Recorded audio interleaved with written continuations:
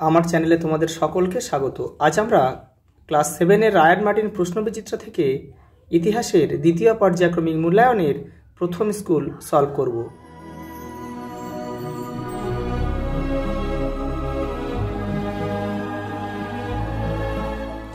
দেখে নাও, যাদবপুর বিদ্যাপীঠ প্রথম স্কুল।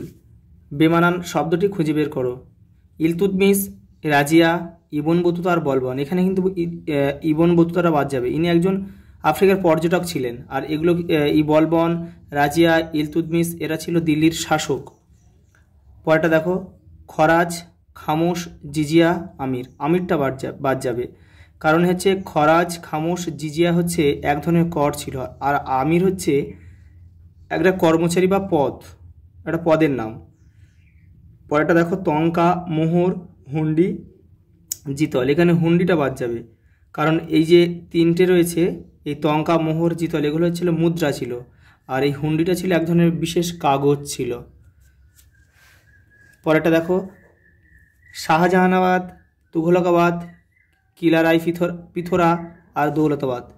এখানে দৌলতাবাদটা বাদ যাবে, কারণ এটা হচ্ছে মহারাষ্ট্রে, অর্থাৎ এটা মহারাষ্ট্রে অবস্থিত। আর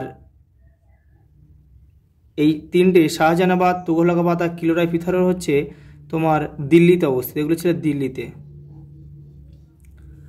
আচ্ছা, পান্ডুয়া, বুরহানপুর, চট্টগ্রাম, গৌড়। এখানে বুরহানপুরটা বাদ যাবে, কারণ বাকি তিনটে আছে বাংলার শহর, আর এটা হচ্ছে বুরহানপুরটা, এটা হচ্ছে তোমার পান্ডুয়া, চট্টগ্রাম, গৌড় এগুলো হচ্ছে বাংলার শহর, আর বুরহানপুরটা ছিল দাক্ষিণাত্যের শহর। ঠিক আছে, পরেরটা দেখো, দুইয়েরটা স্তম্ভ, খলজি বিপ্লব, ইলবারি তুর্কি অভিজাতদের ক্ষমতার অবসান। আচ্ছা, রুমি কৌশল বাবর শিখেছিল তুর্কিদের কাছ থেকে, সেটা হচ্ছে 2। হৌজ মানে জল সংরক্ষণ। দিনেমার হচ্ছে ডেনমার্কের অধিবাসী, আর সরাফ হচ্ছে মুদ্রা বিনিময়কারী। পরের প্রশ্ন দেখো, 3 দাগের শূন্যস্থান পূরণ করো। ঘরঘরার যুদ্ধে বাবরের অন্যতম প্রতিদ্বন্দ্বী কে ছিল? নসরত শাহ। আর এই ঘরঘরার যুদ্ধ হয়েছিল 1529 খ্রিস্টাব্দে।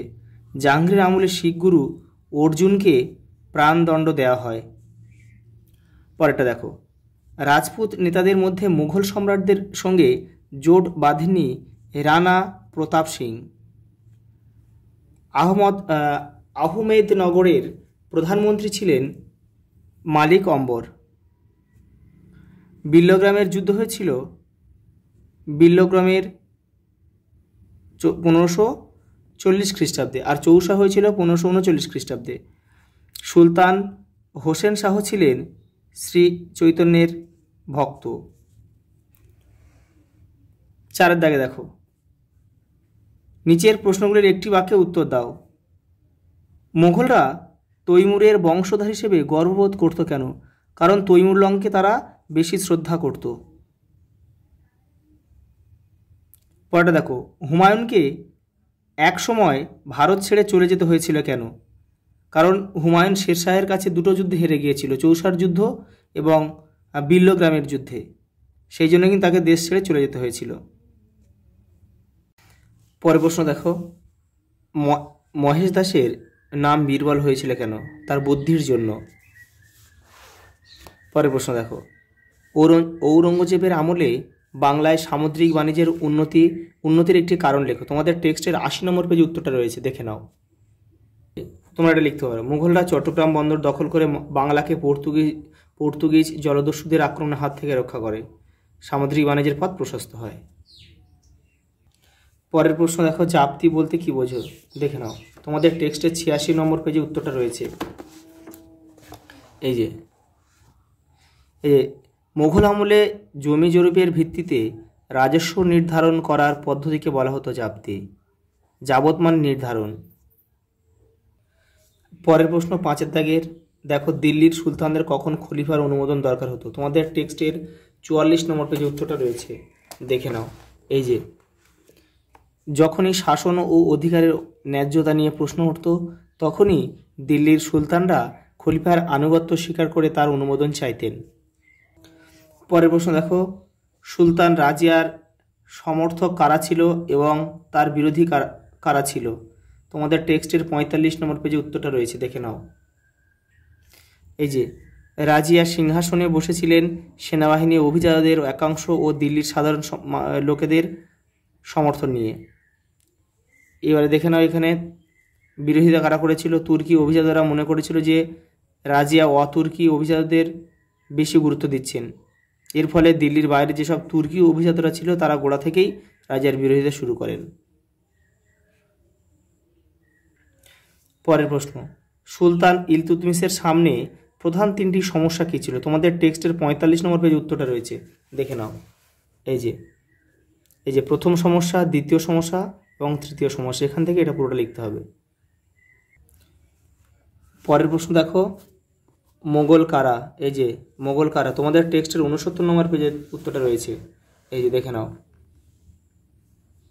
মঙ্গল নেতা চেঙ্গিস খান ও অন্যদিকে তুর্কি নেতা তৈমুর লংয়ের বংশধরদের আমরা মঙ্গল বলে জানি বা মুঘল বলে জানি। পরের প্রশ্ন, পাট্টা ও কবুলিয়াত কি? তোমাদের পাঠ্য বইয়ের 73 নম্বর পেজে উত্তরটা রয়েছে, এই যে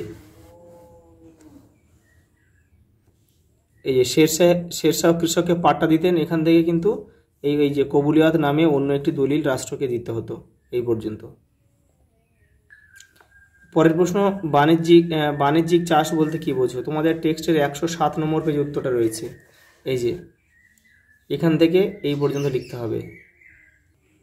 পরের প্রশ্ন, হুন্ডি কি? তোমাদের টেক্সটের 103 নম্বর পেজে উত্তরটা রয়েছে, দেখে নাও। এই যে হুন্ডি, এই যে হুন্ডি কি, এখান থেকে এটা পুরোটা লিখতে হবে। পরের প্রশ্ন দেখো, 6 দাগের, আলাউদ্দিন খলজি কিভাবে মঙ্গল আক্রমণের মোকাবিলা করেছিলেন? দেখে নাও, এটা রায়ান মার্টিনের 93 নম্বর পেজে উত্তরটা রয়েছে। এই যে আলাউদ্দিন খলজি কিভাবে মঙ্গল আক্রমণের মোকাবিলা করেন, এটা এখান থেকে এই পর্যন্ত লিখতে হবে। পরের প্রশ্ন দেখো, মোগলরা কেন নিজেদের বাদশাহ বলতো? দেখে নাও, এই